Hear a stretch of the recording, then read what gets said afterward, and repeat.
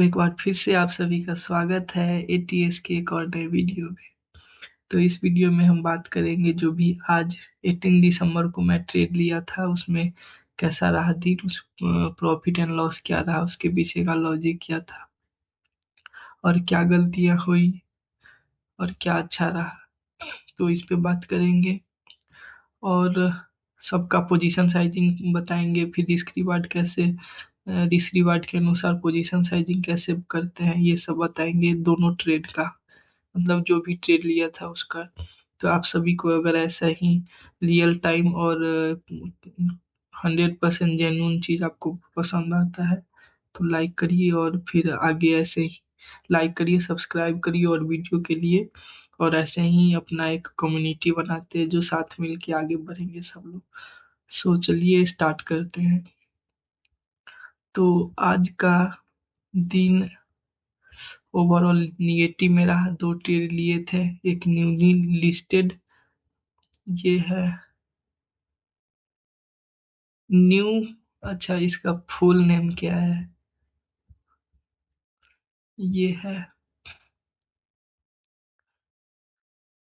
नेफोर Care, Nephro Care, Nephro Care का ये stock है। तो ये एक नेफ्रो केयर लिया था और एक टीटीएमएल लिया था। तो दोनों में हमारा स्टॉप लॉस हिट हुआ।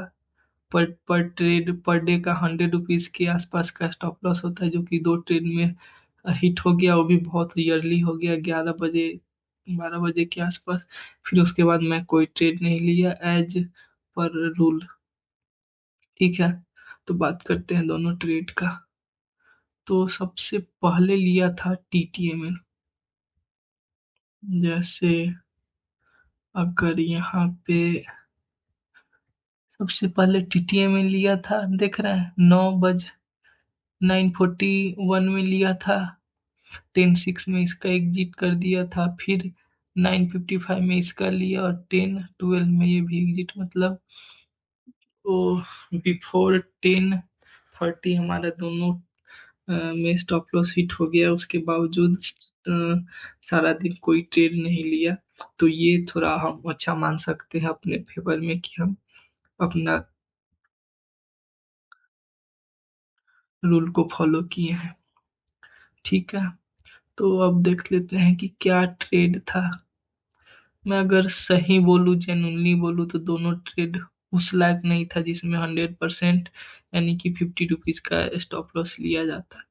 सबसे पहले टीटीएमएल का देखते हैं। तो टीटीएमएल का पहले तो प्रीवियस देख लेते हैं 15 मिनट। ठीक है, टीटीएमएल का देखिए, वही है, पहले ऊपर गया था, फिर नीचे आया था, फिर ऊपर गया था, फिर नीचे आया, फिर ऊपर गया, फिर नीचे आया। उसके बाद नीचे आने के बाद यहाँ पे कंसोलिडेशन हुआ था। उसके बाद एक अच्छा सा बेरिश कैंडल आज बना, ये वाला। तो जब बेरिश बना तो मैं देखा कि यहाँ पे, पर एक चीज बोल सकते कि यहाँ पे बहुत ज्यादा स्पेस डायरेक्टली नहीं दिख रहा था, जैसे इस केस में था कि यहाँ के बाद यहाँ के आसपास ही डायरेक्ट था। पर यहाँ था कि बार बार इसको यहाँ यहाँ पे भी सपोर्ट मिल सकता था, जो कि मिला है इसको, यहाँ पे भी था। तो ये थोड़ा ध्यान देना पड़ेगा, क्योंकि चलो, एक चक्कर है कि मैं क्राइटेरिया नहीं बनाया हूँ अब तक ये पूरा सेटअप के लिए। तो उसके कारण है कि मैं, समझो कि मैं रैंडम ही ले रहा हूँ, जिसमें मेरे मतलब खुद ब खुद रूल्स है जो मैं कहीं लिखा नहीं हूँ। तो ये कुछ लिखना पड़ेगा, सेटअप करना पड़ेगा। मैं थोड़ा टाइम निकाल के, अभी थोड़ा कहीं और हूँ रिश्तेदार के यहाँ, तो उसके कारण मैं भी कर नहीं रहा हूँ। तो एक रूल्स बनाएंगे फिक्स, उसके बाद उसको फॉलो किया जाएगा 2026 में। तो उससे पहले है अभी हमारे पास 2 हफ्ते के आसपास, ये हफ्ते उसके बाद नेक्स्ट हफ्ते, तो उसमें देखते हैं कि क्या कर सकते हैं। तो ये है हमारा यहाँ के आसपास, तो ये कैंडल बना। उसके बाद मैं यहाँ पे कंसोलिडेशन या फिर लोअर टाइम फ्रेम पे थोड़ा रिजेक्शन को देख रहा था। अगर लोअर टाइम फ्रेम पे जाए तो यहाँ पे इनडिसीजन बन रहा था। उसके बाद उससे भी बड़ी चीज, यहाँ पे जो एक पैटर्न बन रहा था, ये फ्लैग एंड इसको क्या बोलते हैं, बेरिस पेनेंट करके बोलेंगे। यहाँ से अगर इसको जोड़ दे तो उस टाइप का है। तो उसका उसके ब्रेक डाउन पे फिर एक अच्छा सा डाउन मूव आता है। पर नीचे से समझो कि डिमांड यहाँ पे जो मैं पिछली दिखाया आपको 15 मिनट,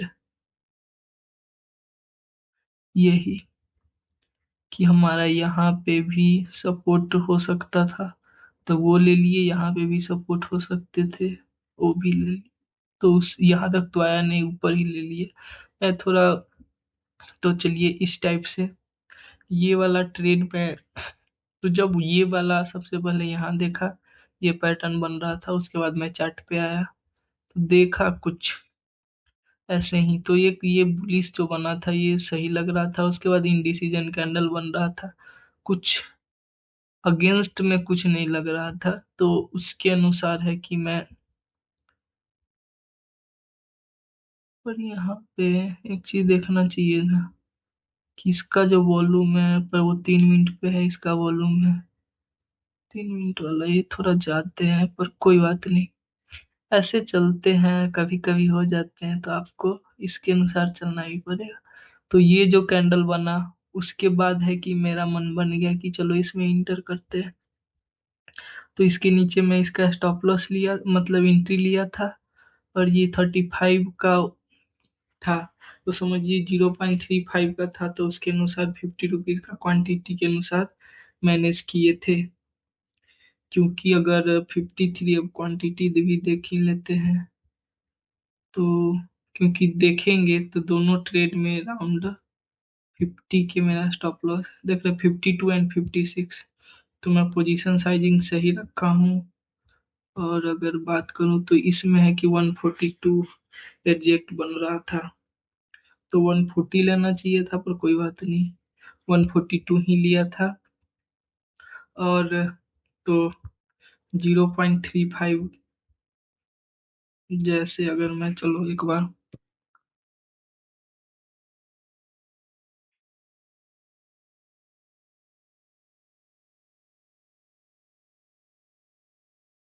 जैसे पर ट्रेड कितना था, 50 रुपीज, उसको हम कितना से डिवाइड कर लेते हैं।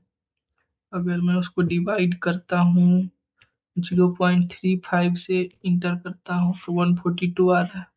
ठीक है, तो वही 142 का यहाँ पे क्वांटिटी था, 142 क्वांटिटी लिए थे। और इसमें है कि हमारा स्टॉप लॉस हिट हो गया। तो ये था फर्स्ट ट्रेड, ये यहाँ पे एग्जिट हो गया। और इसमें बात ये है कि ठीक है, वर्क कर जाता है, पर क्या होता है, अगर ए प्लस है तब क्या होता है, जैसे डाउनफॉल आया तो वहां पे 3 मिनट टाइम फ्रेम पे था, एटलीस्ट 5 मिनट टाइम फ्रेम पे यहाँ पे कंसोलिडेशन है, 9 EMA से रिट्रेस होना चाहिए। फिर वहां के बाद एक बेस के बाद जो डाउनफॉल आता है, तो ऐसा अगर पीछे रेसिस्टेंस है या फिर सपोर्ट जो कहिए, तो उसके लिए वो वाला सेटअप सही होता है। चलिए ठीक है, यहाँ के बाद भी 5 मिनट टाइम फ्रेम पे इसको, जैसे अगर मैं खोल के देखूं इसको और भी, तो जैसे यहाँ पे जो था, ये जो कर रहा था, तो यहाँ पे और भी इसको करना चाहिए था कंसोलिडेट, उसके बाद यहाँ पे ब्रेकआउट आना चाहिए था, तब वो अच्छा मूव कर सकता था। पर कोई बात नहीं, अगर स्टॉप लॉस हिट किसी भी ट्रेड में हो सकता है, तो ये पहला ट्रेड था, इसमें स्टॉप लॉस हिट हुआ TTML। उसके बाद नेफ्रो केयर करेंगे। तो नेफ्रो केयर में क्या था, यहाँ पे देखिए बिफोर 10 AM, एक, मैं तो पहला ट्रेड इसका यहीं पे लेने वाला था। इस सेटअप का देख लेता हूँ, क्योंकि नीचे डाउन गया, फिर अप गया, फिर यहाँ पे एक लो के आसपास से कंसोलिडेट कर रहा था, ये मुझे बड़ा पसंद होता है ऐसा सेटअप। उसके बाद एक बार में ही ब्रेक डाउन किया, अगर वो होता तो यहाँ के आसपास का स्टॉप लॉस होता, जो कि सारा दिन दिन नहीं ब्रेक किया है, तो वो नहीं हुआ। ऐसा भी होता है कि अगर यहाँ पे हुआ, जैसे अगर मैं बात करूँ तो टॉप से 2-3% ही डाउन था, तो क्या होता है, अगर ईयरली मार्केट ओपनिंग होता है, तो जैसे कंसोलिडेट कर रहा था, तो यहाँ से एक और जैसा मूव यहाँ आया, वैसे मूव यहाँ आ जाता है। तो मैं उसका वेट कर रहा था। पर हुआ ये कि वो एग्जैक्ट हुआ नहीं हमारे अनुसार। और अगर मैं इसको 15 मिनट टाइम फ्रेम पे देखूं तो ठीक है भाई, थोड़ा अर्ली मैं लिया था। डाउनफॉल आया, फिर अप मूव आया यहाँ पे।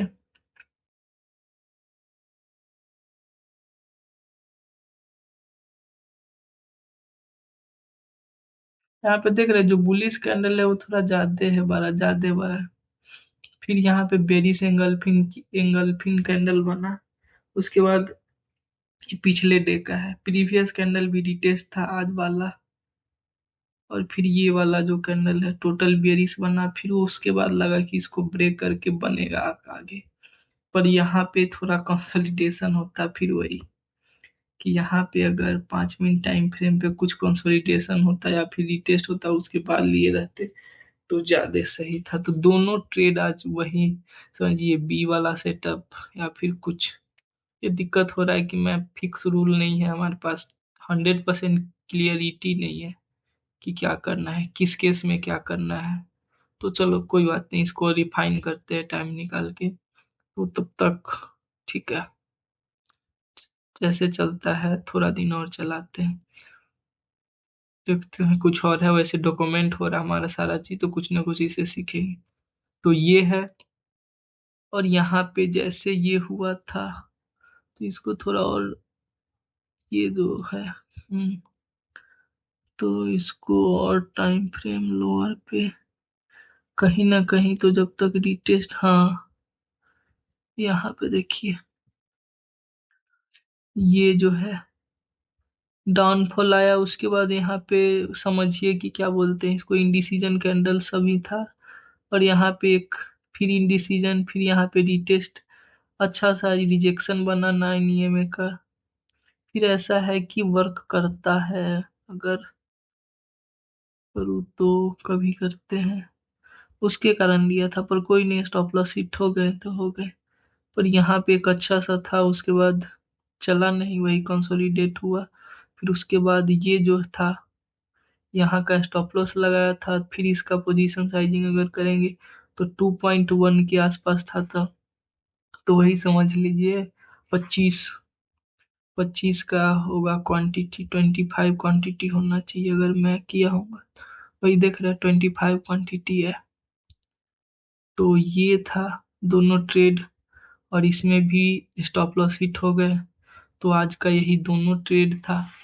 पर उसके बावजूड दोनों ट्रेड बिफोर 10:30 और बोलेंगे अराउंड 10 AM ही हमारा स्टॉप लॉस हिट हो गया था, फिर भी होल्डे में ट्रेड नहीं लिया। तो